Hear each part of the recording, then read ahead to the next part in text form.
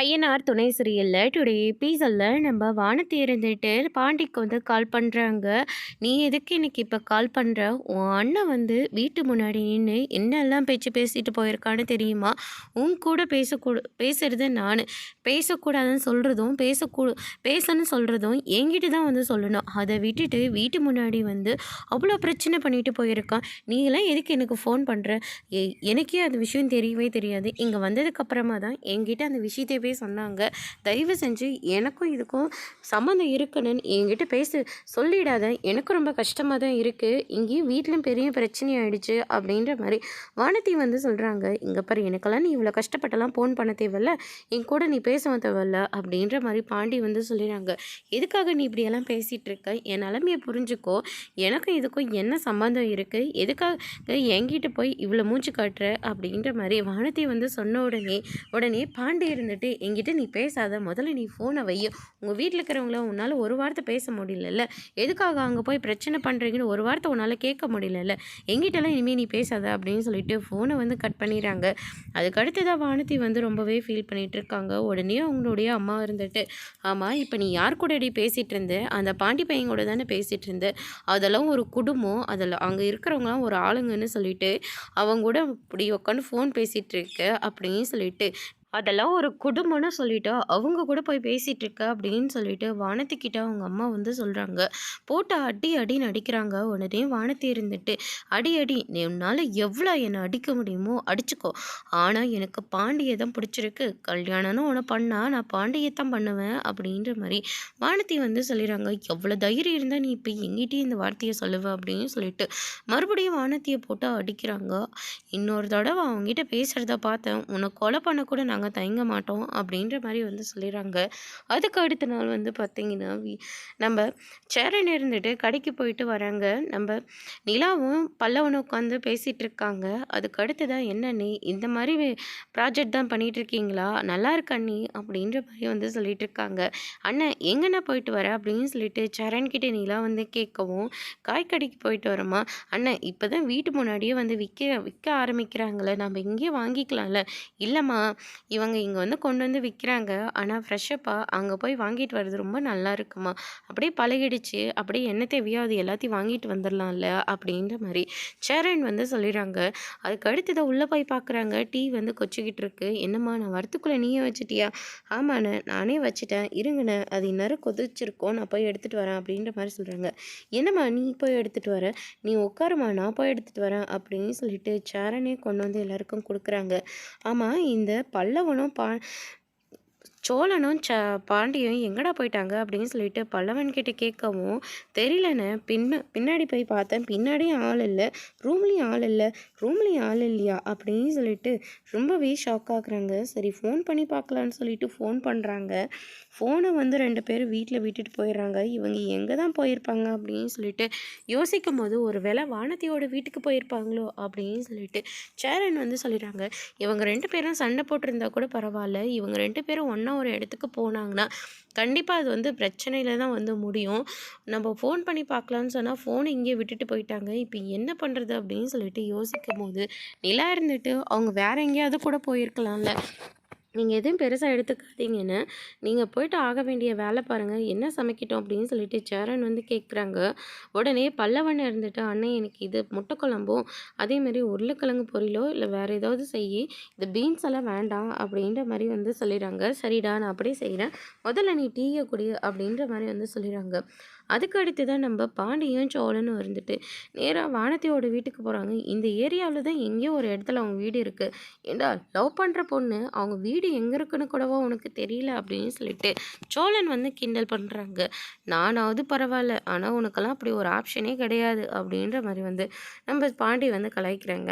ஓ, நீ அந்த அளவுக்கு என்னவே கலாய்க்கிறியா அப்படின்னு சொல்லிட்டு சோழன் கிளம்பவும், உடனே பாண்டி வந்து சாரிடா, நான் பேசினதெல்லாம் தப்பு தான், வாடா போகலாம் அப்படின்னு சொல்லிட்டு நேராக வானதியோட வீட்டுக்கு போகலான்னு பார்க்குறாங்க. வீடு எங்கே இருக்குன்னு தெரியலன்னு சொல்லிட்டு நின்று பார்த்துட்ருக்காங்க. அப்போ வானதியோட அப்பா ஒரு வீட்டுக்குள்ளே போகிறாங்க. இவர் தான் அந்த வானதியோட அப்பா, இதுதான் அவங்க வீடாக இருக்கும் அப்படின்னு சொல்லிட்டு அவங்க வீட்டுக்குள்ளேயே போகிறாங்க. நீங்கள் யாருடா, இங்கே எதுக்காக வந்திருக்கீங்க அப்படின்னு சொல்லிட்டு கேட்கவும், அதுக்கு அடுத்து தான் ஆமா, ஏதோ எங்க வீட்டுக்கு வந்து வீட்ட பாரு, உன்ன பாருன்னு சொல்லி திட்டிட்டு போனீங்களாம். இது பெரிய அரண்மனை பாரு. என்ட்ரன்ஸ் கூட ஒண்ணு ஆரம்பிக்கல. அதுக்குள்ள வீட்டோட அளவே முடிஞ்சு போச்சு. இதெல்லாம் ஒரு வீடா? அப்படின்னு சொல்லிட்டு சோழனும், பாண்டியும் வந்து கேட்கவும், உடனே நம்ப வானதி இருந்துட்டு, "உங்க அண்ணன் பேசுறது தப்பு. உங்க அண்ணன பேசாம இருக்க சொல்லு." அப்படின்ற மாரி வந்து சொல்றாங்க. "இப்பயாவது உனக்கு சூடு சொரணம் வந்துச்சேன்னு" சொல்லிட்டு வானதியோட அம்மா சொல்லவும், "அவன் பேசுறதுல என்ன தப்பு இருக்கு? உன் அண்ணன் வந்து என் வீட்ட வந்து கிண்டல் பண்ணிட்டு போனானே! எங்க அண்ணன் பேசுறதுல எந்த தப்பும் இல்ல." அப்படின்ற மாரி சொல்றாங்க. அதுக்கு அடுத்ததா உங்க அண்ணன பிடிச்சு வேற தள்ளி விட்டுர்றாங்க. "நீங்க இங்கேருந்து போயிடுங்க." அப்படின்னு சொல்லிட்டு வானதி இருந்துட்டு, "உன் அண்ணன் பேசுனது தப்பு. உங்க அண்ணன இங்கேருந்து கூட்டிட்டு போயிடு." அப்படின்ற மாரி வானதி வந்து சொல்லிர்றாங்க. அதுக்கு அடுத்ததா வானதியோட அம்மாவும் அவங்கள பிடிச்சு பயங்கரமா திட்டி விட்டுர்றாங்க.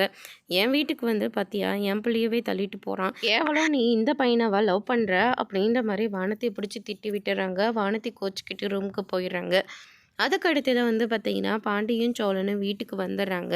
வந்த உடனே என்னென்ன வந்தவங்களுக்கு ஒரு கப் டீ குடுக்க தோணலையா உங்களுக்கு? "எங்கடா போயிருந்தீங்க?" "ஜாகிங் போயிருந்தோம், வாக்கிங் போயிருந்தோம்." அப்படின்னு சொல்லிட்டு சமாளிக்கிறாங்க.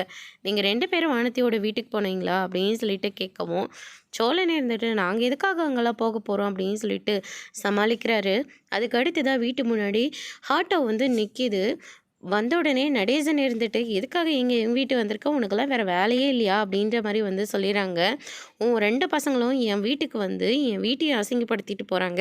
உன் புள்ளைங்கள கண்டிக்க உனக்கு துப்பு இல்ல." அப்படின்ற மாரி வந்து சொல்றாங்க. "இதெல்லாம் ஒரு வீடு. இந்த வீட்டுக்கு என் பொண்ணு கிடைக்குதா?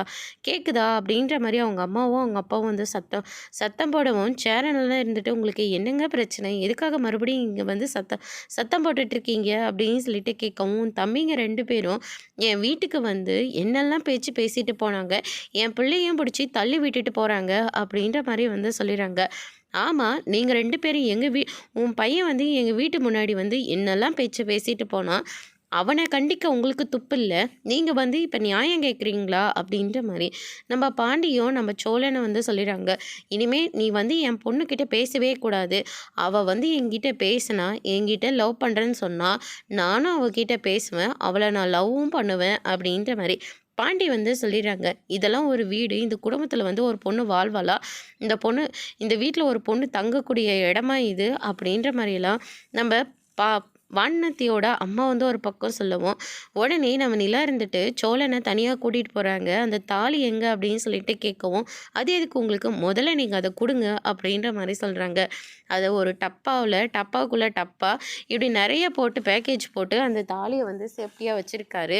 அதுக்கு அடுத்ததா தாலிய கழுத்துல போட்டுக்கிட்டு, "நிறுத்துங்க. உங்களுக்கெல்லாம் என்ன பிரச்சனை?" அப்படின்னு சொல்லிட்டு கேட்கவும், "நீ யாரும்மா இங்க வந்து பேசிட்டு இருக்க?" அப்படின்னு சொல்லிட்டு கேட்கவும், "நான் சோழனோட பொண்டாட்டி.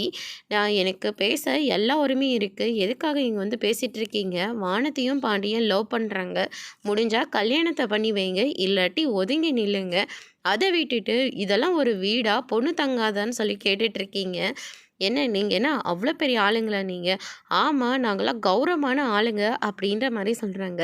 உடனே நிலா இருந்துட்டு, "நானும் கௌரவமான ஒரு பொண்ணு தான். எனக்கும் அப்பா, அம்மா, அண்ணன், அண்ணி, பசங்க எல்லாருமே தான் இருக்கோம். ரொம்ப வசதியா வேற இருக்கோம். அப்படி இருந்தேன்னா, அதெல்லாம் விட்டுட்டு இந்த வீட்ல சோழன கல்யாணம் பண்ணிட்டு, இந்த வீட்டோட மருமகளா இத்தன மாசமா நான் இந்த வீட்ல தான் இருக்கேன். இதுவரைக்கும் நான் இந்த வீட்ட விட்டு வெளிய போனது கிடையாது. யாரும் என்ன தப்பாவும் பேசுனதும் கிடையாது. இந்த வீட்ட பத்தி குறை சொல்ல முதல்ல உங்களுக்கு என்ன தகுதி இருக்கு?" அப்படின்ற மாரி நிலா வந்து சொல்லிர்றாங்க. உடனே இந்த பக்கம் சோழன் இருந்துட்டு, "பாத்தியாடா, என் பொண்டாட்டியா இந்த வீட்டு மருமகளா நிலா வந்து பேசிகிட்ருக்கா?" அப்படின்னு சொல்லிட்டு சோழன் வந்து பல்லவன் கிட்ட வந்து சொல்லிடுறாங்க. உடனே நிலா இருந்துட்டு, "இந்த வீட்டை பற்றி தப்பாக பேச யாருக்கும் எந்த உரிமையும் கிடையாது. இது என்னுடைய வீடு. நான் இந்த வீட்டில் மருமகளா சோழனோட பொண்டாட்டியா இத்தனை மாசமா இருக்கேன்." அப்படின்ற மாதிரியெல்லாம் நிலா வந்து சொல்லிடுறாங்க. இதை கேட்டோன்னே வானதியோட அப்பாவும் அம்மாவும் பயங்கரமாக ஷாக் ஆகுறாங்க. நடேசனும் சேரன், பாண்டியன் எல்லாருமே ரொம்பவே சந்தோஷமா இருக்காங்க. அதோட இன்னைக்கான எபிசோட் முடிச்சிருக்காங்க. இனி ஐயனார் துணையில அடுத்தடுத்து என்னெல்லாம் நடக்க போகுதுன்றத வெயிட் பண்ணி பார்க்கலாம். Thank you.